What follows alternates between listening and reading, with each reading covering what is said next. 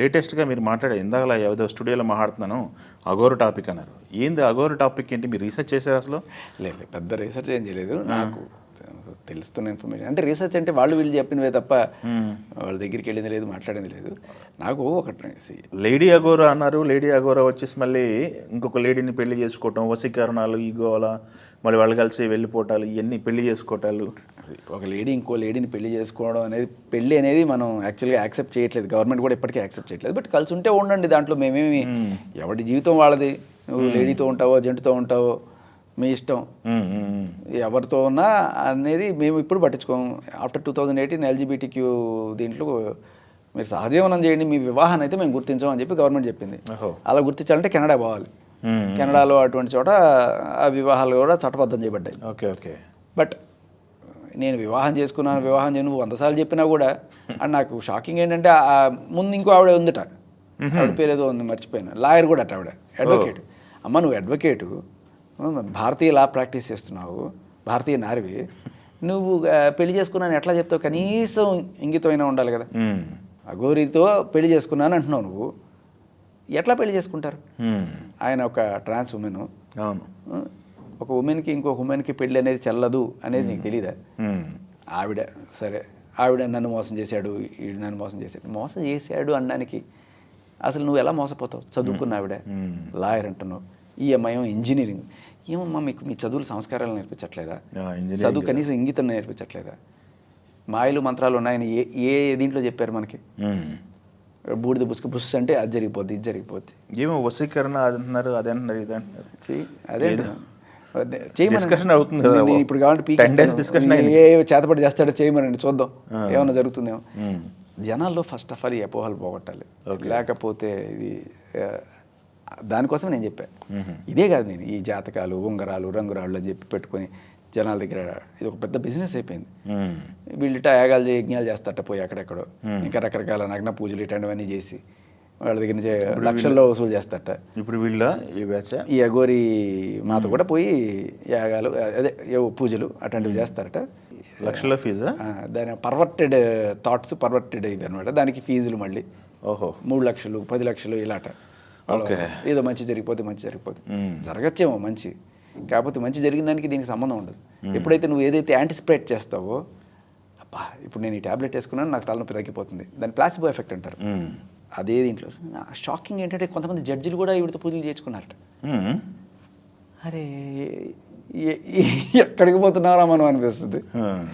So అలా okay, రకరకాల. Okay, ఇందాక మనం మాట్లాడుకుంటున్నప్పుడు లావణ్య విషయంలో ఎవరో మంత్రి ఉన్నారు వెనక, ఇంటి పైన అప్పు తెచ్చాము, ఒక మంత్రి ఉన్నారు అని చెప్పి చెప్తున్నారు, తన మీడియా మూలంగానే చెప్తున్నారు. ఆ మంత్రి ఎవరు ఏంటి అనేది ఎవరికి అర్థం కావట్లేదు. ఏంటి ఆ ఇష్యూ ఏంటి? నిజంగా డబ్బులు తీసుకున్నారు వీళ్ళు? అది చెప్తారు మీకు. ఏం 12 కోట్లు వెళ్ళా అంటున్నారు, ఇప్పుడు కొన్నప్పుడు 1 కోటిన్నర, ఇప్పుడు 12 కోట్లు అంటున్నారు. ఈ కంత్రి వెనకాల ఉన్న మంత్రి ఎవరు అది చెప్తా మీకు. ఏంటంటే ఇప్పుడు ఇల్లు చేజారిపోతుంది, ఎలా అయినా కాపాడుకోవాలి. ఓకే, ఏం చేయాలి? ఆ ఇంటి డాక్యుమెంట్స్ ఏవైతే ఉన్నాయో అవి ఏదో రకంగా ఈవిడ దగ్గరే ఉన్నాయి. అంటే ఆ ఇంట్లోనే ఉంటాయి. వీళ్ళు కొన్నాళ్ళు బయటకు వెళ్ళారు కదా, ఈవిడ ఎప్పుడైతే జైలు నుంచి బయటకు వచ్చిందో మళ్ళీ ఇంటికి వచ్చేస్తే ఈ డ్రగ్స్ భాగవతం అంతా కూడా మనకి అంటగడతారు. ఇప్పుడు ఈ సికింద్రాబాద్లో రెడ్ హ్యాండెడ్ దొరికిపోయింది కదా, మెత్ అమ్ముతూ 40 రోజులు జైలుకి వెళ్ళింది. అప్పుడు మొత్తం న్యూస్ అయిపోయింది. ఇప్పుడు ఈ డ్రగ్ పెడ్లర్ వచ్చి మాతో ఉంటుంది అంటే రాజ్ తరుణ్కైనా లేకపోతే వాళ్ళ అమ్మ నాన్నకైనా కూడా ఎవడైనా ఉండడు కదా. ఏం జరిగినా కానీ వాళ్ళైతే మూవ్ అయిపోయారు. సో ఆ ఇంట్లో కొన్ని డాక్యుమెంట్స్, వీరికి సంబంధించిన చెక్కులు ఏవో ఉంటాయి. ఈ వీళ్ళ నాన్నకి సంబంధించిన పైన వాళ్ళ రూమ్ ఉంటుంది, తాళం కూడా వేసుకొని వెళ్ళినట్టున్నారు. బట్ మరి వీళ్ళు తిరిగి వచ్చేటప్పటికే తాళం లేదు, మొత్తం పగిలిపోయింది, మొత్తం అంతా ఓపెన్ చేసేసి ఎంత మారిపోయినాయట సెట్టింగ్స్ కూడా. సో మేబీ ఆ డాక్యుమెంట్లు ఏమన్నా తీసేసుకొని ఆవిడ దగ్గర పెట్టుకొని ఉండొచ్చు. పెట్టుకొని ఇటువంటి రోజు తొందరగా వస్తుందని గెస్ట్ చేసి లేనట్లేదు. ఆవిడ ఏం చేసి ఉండొచ్చు ఇప్పుడు నాకు తెలిసి, అంటే ఒకవేళ కనుక డాక్యుమెంట్లు పెట్టుంటే, సపోజ్ మీరు సేట్ అనుకోండి, నేను రాస్తాను అనుకోండి, సేటు ఇగో నా డాక్యుమెంట్లు తీసుకొని నాకు 50 లక్షలు అప్పి అంటే ఇస్తావా? ఇస్తావు. ఎవరి పేరు మీద ఉంది చెక్ చేసుకో. ఇదిగో నా పేరు మీద ఉంది, తీసుకో 50 లక్షలు అంటే. సరే నువ్వు ఇచ్చినా ఏం చేస్తావు? ఇచ్చిన తర్వాత నేను సేటు దగ్గర 50 లక్షలు తీసుకోలేదు, 1 లక్ష తీసుకున్నాను, వాడు 50 లక్షలు అంటే ముందుగానే 50 లక్షలు తీసుకున్నాను, అందుకనే తనఖాగా ఇవి పెట్టాను అని చెప్పి నాతో సంతకం తీసుకుంటావు కదా. నీ దగ్గర ఎంత తీసుకున్నాను, నేను 50 లక్షలు తీసుకున్నాను, నా సంతకం ఉండాలి కదా నీ దగ్గర. ఉందా? అది లేదు. ఉంటే చూపించేది కదా ఇప్పటికే, ఇదిగో రాస్తారు నేను కలిసి అప్పు చేసుకున్నాను అని చెప్పి రిసిప్ట్. ఇప్పుడు ఏం చేస్తుంది అంటే తన దగ్గర ఇప్పుడు ఆడడానికి కావాల్సిన ఒకటి ఇంటి డాక్యుమెంట్లు ఉన్నాయి.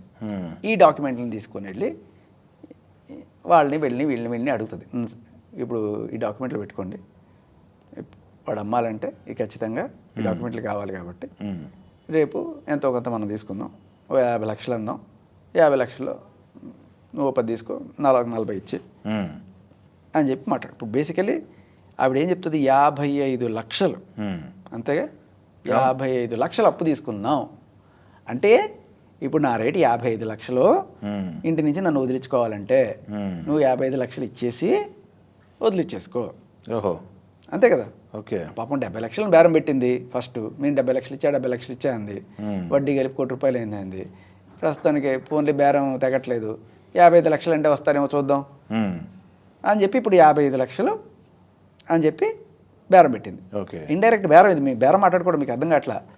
రాజ్ తరుణ్ 55 లక్షలు నాకు ఇచ్చే తీసుకుపోయిల్లు,